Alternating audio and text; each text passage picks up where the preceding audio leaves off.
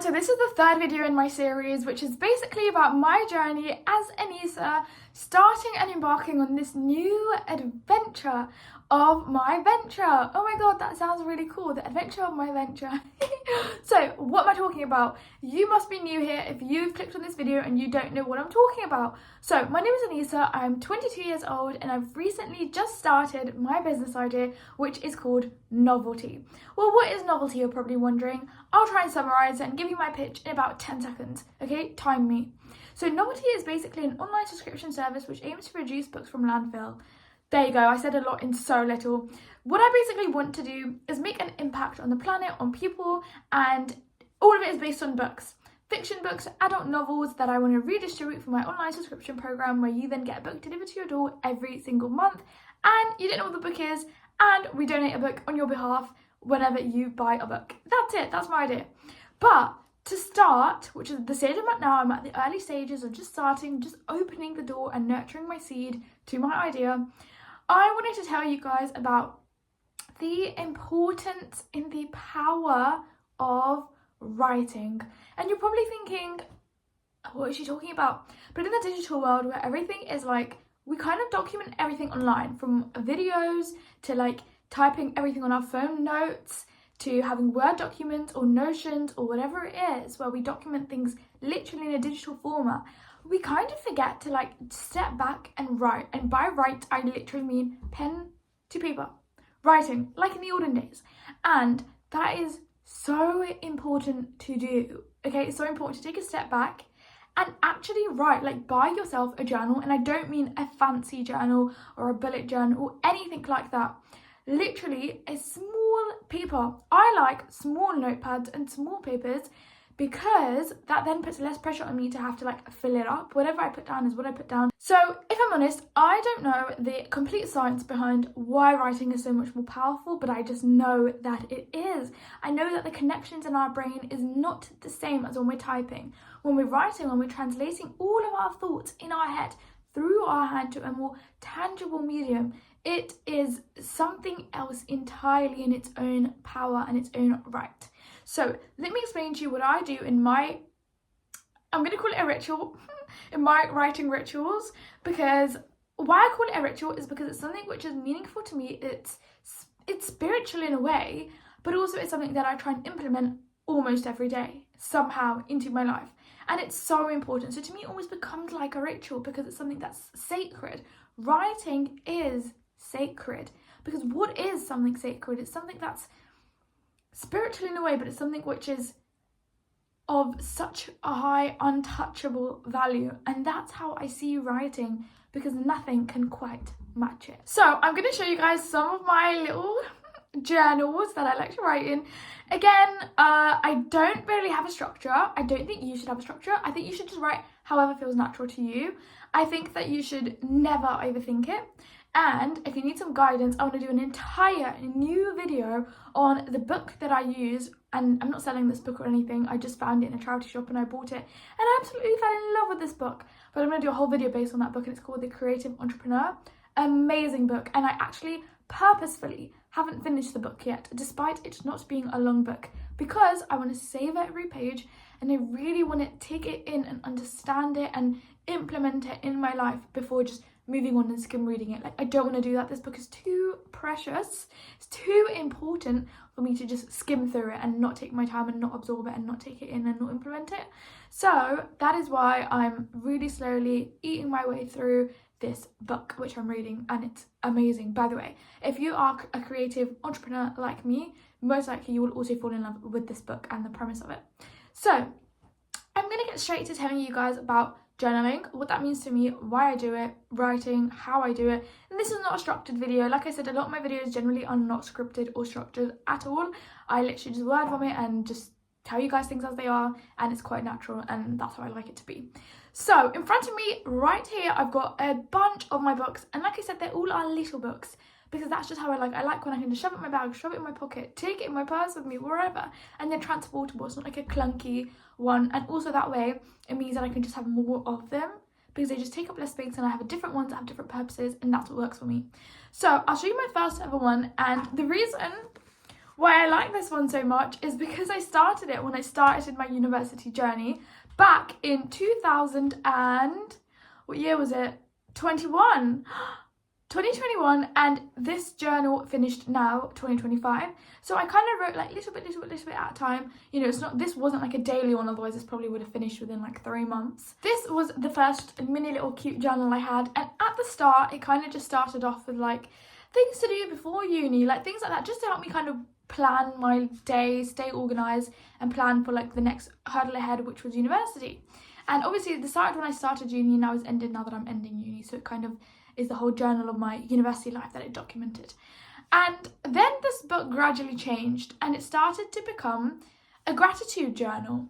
And I loved that this started to become my gratitude journal, because what I started to do was then reflect on things which had happened to me, or things that I had achieved, or opportunities that I had been given that I was really grateful for. And it's so important to be able to do that, because I absolutely love positive psychology, and I'm going to make a whole different video on how this links into my dissertation on gratitude journaling, positive psychology, because I love all that and I could talk about it for days, but it's just not enough for me to squash all into this video, and this video is going to be something entirely different. So I started my gratitude journaling, and the more I was persistent with it, the more I started writing everything, whether it's a big thing or a little thing I was grateful for. I just felt like I had so many more opportunities and bigger things that kept coming my way. So as I then progressed through my university life, I continued using this book for sort of like 2 purposes. It never had like a clear structure, but it was to organise my life, organise things I needed to do, a to-do list, everything that I needed to do, but also having gratitude list, so that way I was able to write down things that I felt like I was really, really grateful for. So that's kind of what this one became. Like I said, it was a bit of a mixture of everything. But then after I got the book, the Creative Entrepreneur book, that's when I started to become a little bit more structured in the things that I choose to journal.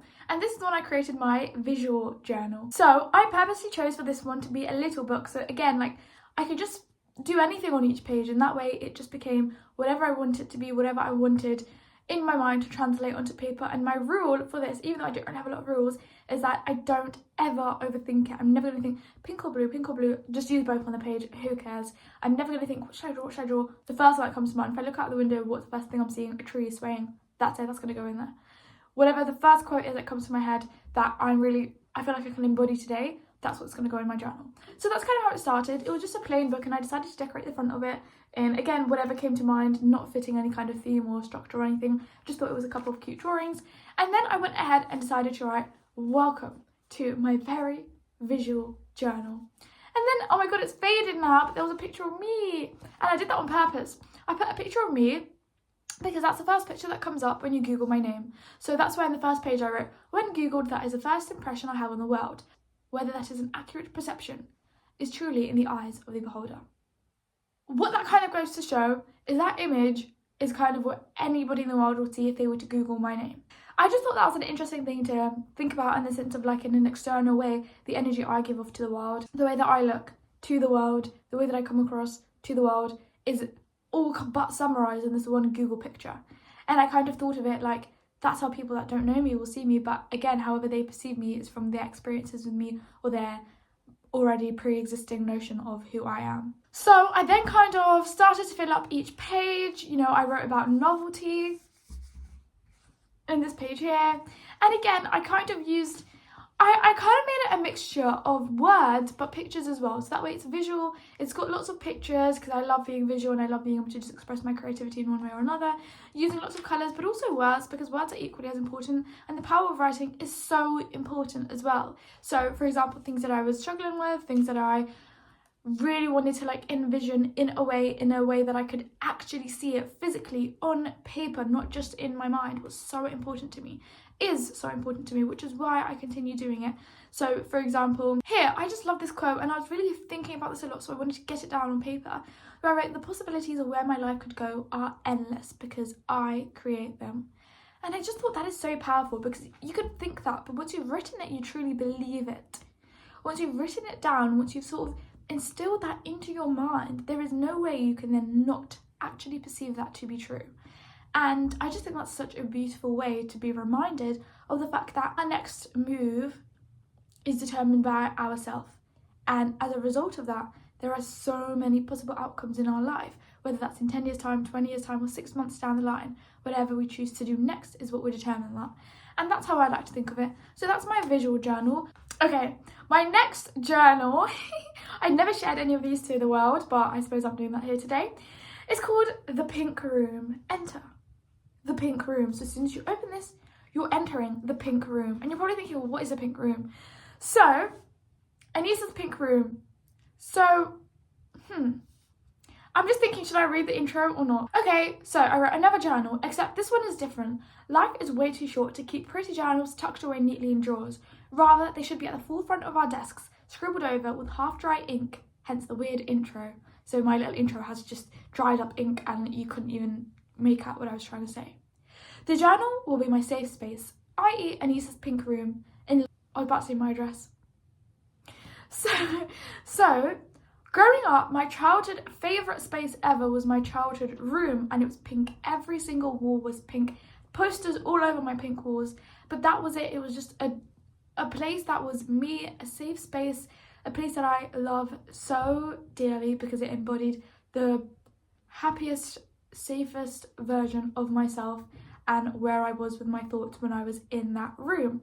And that's why I made this book dedicated to that safe space, because that's what this book is a metaphor of, the pink room, the safe space. And what I do in this one is I introspect a lot more, like a lot. I write down so much of things that are interesting to me in terms of positive psychologies, a lot more spiritual things which are much below the surface level. When I really think about something and I just introspect and feel like I need to get that thought written down to process it and to really understand where these thoughts are coming from, so that way I'm able to understand myself better and understand the world around me better, so that I can better my own life. And that's how I think of it. That's what this book is for, connecting with a safe space, so that way I'm then able to grow. All right, I've got this book here, and I know it looks a bit strange, but this is just such a cute little book. I got this along with the sticker when I was in San Francisco, so to me it's just so cute. But what happened is, when I started this book, I was like, I don't really know what this book is going to be, but I wanted to somehow embody like my dreams, things that I want to happen. And that could be something really little, like shows that I want to see one day in theatre, a bucket list kind of thing, flowers I want to collect, goals that I want to have in 10 years time, places I want to visit, activities I want to do, places in the UK I would love to see, dream business ideas, stuff like that. So it was a bit like everything which falls under the umbrella of a dream, something that I want to achieve, something that I'm passionate about doing in my life. And I wasn't quite sure which direction this book was going to take, but I was like, not going to care, just going to start it anyway. So this tiny little book here started off by being just little things that I wanted to achieve, whether it's little or big, didn't really matter. And at the start, in green pen, I actually wrote, I had a dream, I got everything I wanted. And that's obviously a song lyric, but I kind of embodied how I felt in the moment when I wrote it. And I started off by writing all the little mundane things, and I wrote about things that I really wanted to see, specifically in America, because I went last year and there was so much that I want to see, but I just didn't get the chance to. And after this pink little tab here, it then changed and it became specifically to do with novelty, because that's when novelty became a lot more relevant in my life. And I felt like this was the bigger dream of mine, and I just wanted to dedicate a bigger amount of space to it, because at this moment in time, it was just in my head, really. So I wanted to get it down. So I started to put it into things that I had learned from, whether I was watching YouTube videos or doing research, key things which were really important to me, content ideas, anything really, funding, different partnerships, examples which were like good templates for me to follow from online people that had already done it successfully. And the more I started to write specific things I wanted to do, the more it then changed. Whatever I was writing was no longer what I want to do, but what I'm promising myself I am going to do. And that sort of changed the trajectory of what the book was, which is when I then decided to change it and call it Vows to Myself. So I kind of got rid of, but not entirely, got rid of the green text underneath. And I just changed it to saying Vows to Myself. So instead it's more like promises that I'm making to myself. I will fulfill, and I will do this for myself, because oftentimes we might make, especially if you're like a big ceremony like a wedding, you make vows to somebody else, but how often do you make vows to yourself? How often do you promise yourself that you're going to show up for yourself? How often do you promise yourself that you're going to do it and be consistent and push yourself and work really, really hard to be the best version of yourself for yourself? Not enough, right? We just don't do that. So that's why I thought this is what this book is going to be. It's going to be things that I'm going to promise myself I'm going to do. I'm going to try and build up my digital presence, which is exactly why I'm making these videos now, because this has been so hard for me to do over the past couple of years, because I've constantly been on and off and on and off and on and off and on and off. For the past 10 or so years, I've never been consistent with it, which is why I've never really seen proper growth through my YouTube. But now I made a vow to myself, and if I made a vow to myself, I've got to do it, that I'm going to stay consistent, try my best to make each video better and better each time, and show up, do it, because that 10 years could have been so progressive had I taken it seriously, been consistent and worked hard, even if it was just taking an hour or hour and a half out of my day every day. And to be honest, when we have screen time on our phones, which is minimum 5 hours a day, an hour really is trivial. So that's kind of the summary of these few books, but I do have a couple more that I do want to show you. Okay, this was a book which actually was covered in text because it was like a promotional book that a brand was giving out. I don't even remember who or when. And I covered it all up in this abstract art, so this is what it looks like. It's very, abstract, I would say, but I kind of like it like that. And the purpose of this book is one that I did not think I'll be telling the internet about, but apparently I am. And, well... This is sort of, I'll show you from a distance what it looks like. Very colourful. As you can tell,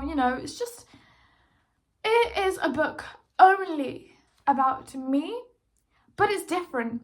It's different because the Pink Room book is a book about me, where I introspect about me with the hopes that nobody will ever read it because it is only for me to write about. But this one is different. And so it's not entirely like a Dear Future Husband book. It's nothing like that. It's just if somebody ever reads it one day, then cool. If no one does, also cool. Totally fine with that. It's more of like sort of like diary entry like, so it's a bit more casual, things that I'm doing, but also it really shows my growth in terms of things that I learn.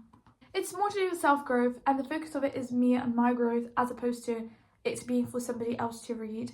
That's really like not the point. The reason why I write it as if somebody else is going to read it one day is because it changes the way I interact with it, but also it kind of holds me accountable for somebody in my head, if that makes sense. Like I'm held accountable, someone's there to hold me accountable for things, even if I've not met them yet. And my final book is actually a bit different than that. This is more of a day-to-day book, and what I love to do is plan. So I really want to create, I haven't done this yet, but I would like to create a plan which is more in the scope of the future, 10 years time, 5 years time, 2 years time, a year's time. But for now I take each day as it comes, and I have this book here. It is a travel journal, so let's just ignore that it says travel journal. And I write down the way I'm going to structure my day every day for maximum productivity. That doesn't mean I 100% stick to this, but I have a schedule, and if I have an idea of what I'm doing, then I try my best to actually achieve that and get those things done, because if it's written down, then I've got to do it. Almost like the way a timetable is. So that's what I do. I kind of wake up each morning, or I do it the night before. I think that's better if I do it the night before. And I write, okay, 8 o'clock, I'm going to wake up, 8:30, brush my teeth, 9 o'clock, breakfast, 10:30, leave, blah, blah, blah, blah, blah, blah, blah. And everything is written down so that I try my best to achieve it. Get many goals in my day written down, whether it's taking half an hour out to do content editing, half an hour out to plan my next video, half an hour out to wrap a book, or it takes me longer than half an hour, but you get the idea of it. This way I can ensure that important things in my day that I need to get done, I'm squashing in, but also the other things that I might not necessarily have bothered squashing in, I do it anyway. And that way when I see it on the paper, I kind of remember it, because I might not remember to post something on my Instagram or my story or my TikTok. But also, if it's there, it's so satisfying to tick it off and just, say I've done it. So that way it kind of forces me to just get it done. So that's how I put it. I've been quite vulnerable, I suppose, with you guys, showing you guys all my deepest, darkest secrets. No, I'm joking. But it's just like my cutesy little journals that all of them mean a lot to me. I think if they all burnt in a fire, I'd be really upset and I wouldn't know what to do with my life. But let's hope that never happens, actually. I hope that you guys find this video useful to some extent. And I definitely want to do more videos specifically about journaling, because I think it's such an amazing thing to do. And it's just it's great in terms of psychology, especially positive psychology. That will be its own video, like I said, but I will wrap it up for today. I know I've been talking at you guys for a while, and I hope you can implement some of these in your life. Make it a ritual and just do it. Honestly, don't overthink it, start it. The power of writing is so important because it gets your ideas into the world, and it honestly has these connections in your brain. It gets activated when we're putting pen to paper and writing or drawing. Is not the same as when you're doing something digitally. It's just unmatched. And it's so important that we're activating those parts of our brain so that we can be the most productive that we can be, and so that we are using our brain's capacity to do our best work and be our best version of ourselves. That's how I like to see it, and yeah, I hope you guys can relate to it somehow, and I'll see you in my next video.